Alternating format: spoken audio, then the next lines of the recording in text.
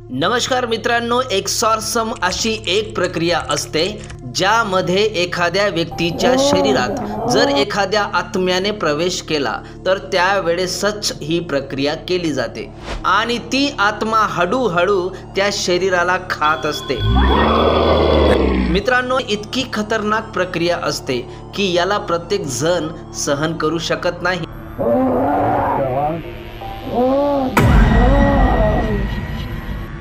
परंतु अशी एक मुलगी जगात होऊन गेली जिच्यावर तब्बल 67 वेळेस एक्सॉर्सम प्रक्रिया केली गेली होती।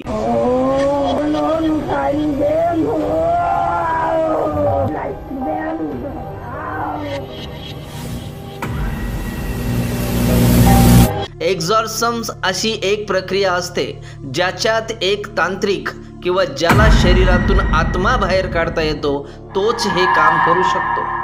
आणि एक वेळेस एक्सॉर्सम ज्या व्यक्तीवर केला जातो तो व्यक्ती एवढा त्रास सहन करतो जेवढा एखादी स्त्री आपल्या बाळाला जन्म देताना करत असते। याच्यावरनं तुम्ही अंदाज लावू शकतात की ज्या मुलीवर 67 वेळेस एक्सॉर्सम्स नावाची प्रक्रिया केली गेली असेल तर तिचा आत्मा आणि तिचं शरीर काय म्हणत असेल।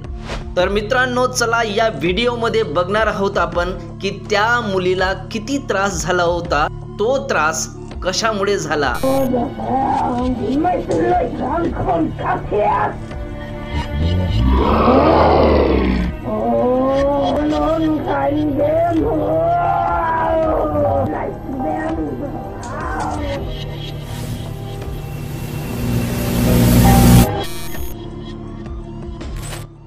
ज्या मुलीवर 67 वेळेस एक्सॉर्सम्स नावाची प्रक्रिया केली गेली त्या मुलीचं नाव होतं ॲनालिस मिशेल। तिचा जन्म 21 सप्टेंबर 1952 मध्ये झाला होता। तिच्या परिवारातील लोक टिपिकल कॅथॉलिक्स होते, म्हणजे देवावरच्या घरातील लोक जेवढा विश्वास करायचे तेवढाच विश्वास ते भूत आणि प्रेतवर करायचे। ज्या वेळेस ॲनालिस 16 वर्षाची झाली आणि स्कूलचं एज्युकेशन समाप्त झालं आणि ज्या वेळेस ती कॉलेजला जाण्यास सुरुवात करते तोच हा भयानक पिरियड होता तिच्या लाईफमधला। 1968 मध्ये ती अतिशय विचित्र वागायला सुरुवात करते, म्हणजेच ती कधी कधी बेशुद्ध होऊन जायची, तिला मिरगी यायची आणि कधी कधी ओरडायला लागून जायची। तिच्या या वागण्याला बघून तिचे मित्र मैत्रिणी आणि घरचे लोक अतिशय त्रस्त झाले होते आणि ज्या वेळेस तिला डॉक्टरकडे घेऊन गेलेत त्यावेळेस कळलं आणि समजलं की तिला एक भयानक आजार झालेला होता आणि त्या आजाराचं नाव होतं टेम्परल लोब इपिलेप्सी। हा आजार इतका भयानक आहे की याचे 3 वेगवेगळे लक्षणं सांगितलेले आहेत। पहिलं लक्षण आहे मिरघी येणं, दुसरं आहे बेशुद्ध होऊन जाणं आणि तिसरं लक्षण आहे की मेंटल बॅलन्स न सांभाळणं। असाच त्रास तिला तब्बल 5 वर्षापर्यंत होत राहिला आणि 5 वर्षापर्यंत तिच्यावर ट्रीटमेंट करत राहिला डॉक्टर, परंतु कोणताच डॉक्टर तिला व्यवस्थित करू शकला नाही। तिला येत असलेली मिरगी आणि झटके हे वाढतच होते। आता 5 वर्ष निघून गेली होती, मात्र आजार हा वाढतच चालला होता, आजार कमी होण्याचं नावच घेत नव्हता। ज्या वेळेस ती एका रात्रीला झोपलेली होती, मध्यरात्री उठून ती तिच्या आईला म्हणायला लागली की कुणीतरी माझ्या शरीरावर उड्या मारत आहे, कुणीतरी तिच्या छातीवर बसलेला आहे। आणि अशातच घरचे घाबरले आणि तात्काळ डॉक्टरला बोलवण्यात आलं आणि जेव्हा डॉक्टरने बघितलं, डॉक्टरला वाटलं की हा एक नॉर्मल आजार असावा, म्हणून त्याने एक इंजेक्शन तिला दिलं आणि झोपी घातलं। लगातार अशा प्रकारे तिला औषधी दिल्या जात होत्या। आता ती घरात एकटी राहायला लागली। आता तिची अवस्था एखाद्या सामान्य व्यक्तीसारखी नव्हती। भरपूर वेळेस ती तिच्या आईला सांगण्याचा प्रयत्न करत होती, परंतु तिची आई मात्र ते मनावर घेतच नव्हती। ॲनालिस म्हणत होती की मला कोणीतरी भूत प्रेत दिसतंय।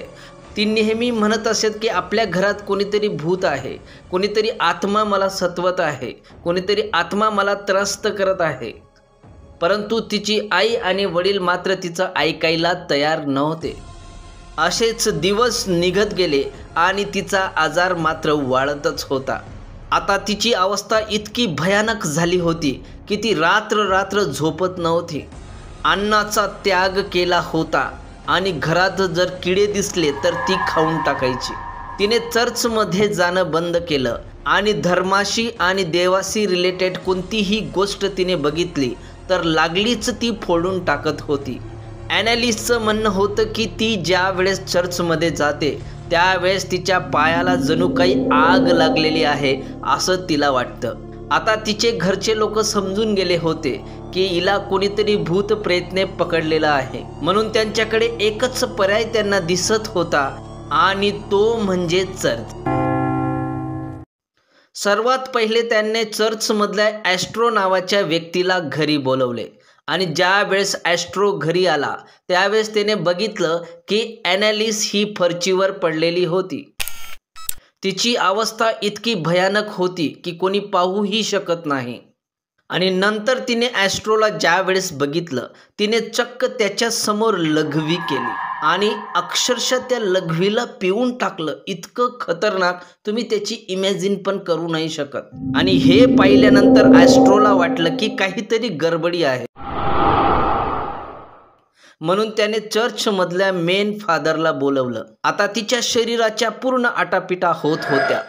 ती आता शेवटच्या स्टेपला आली होती आणि कधी प्राण निघून जाईल तिला सुद्धा माहिती नव्हतं. आणि काही क्षणानंतर ती एकदम शांत झाली आणि या जगाचा निरोप घेण्यासाठी तयार होती आणि अचानक तिचे प्राण निघून गेले. मित्रांनो, तुम्हाला काय वाटतं की खरंच कोणी भूत आणि प्रेतने तिला पकडलेलं असावं किंवा तिला कोणत्या तरी एखादा मेंटल आजार झाला असावा? आजपर्यंत सायन्सने खूप वेळेस हे प्रूव्ह केलेलं आहे की आपला मेंदू जसं विचार करतो त्या पद्धतीने आपण स्वतःला बनवत असतो. फॉर एक्झाम्पल, एखाद्याने तुम्हाला एखादी निडल टोचली आणि तुम्हाला सांगितलं की तुला सापने चावा घेतला तर त्यावेळेस तुमच्या मेंदूमध्ये एकच विचार असेल की मला एखाद्या सापाने चावलेलं आहे आणि माझ्या शरीरात पूर्ण विष पसरणार आहे आणि मी मरणार आहे. तर मित्रांनो, तुम्हाला काय वाटतं कमेंट सेक्शनमध्ये नक्की कळवा.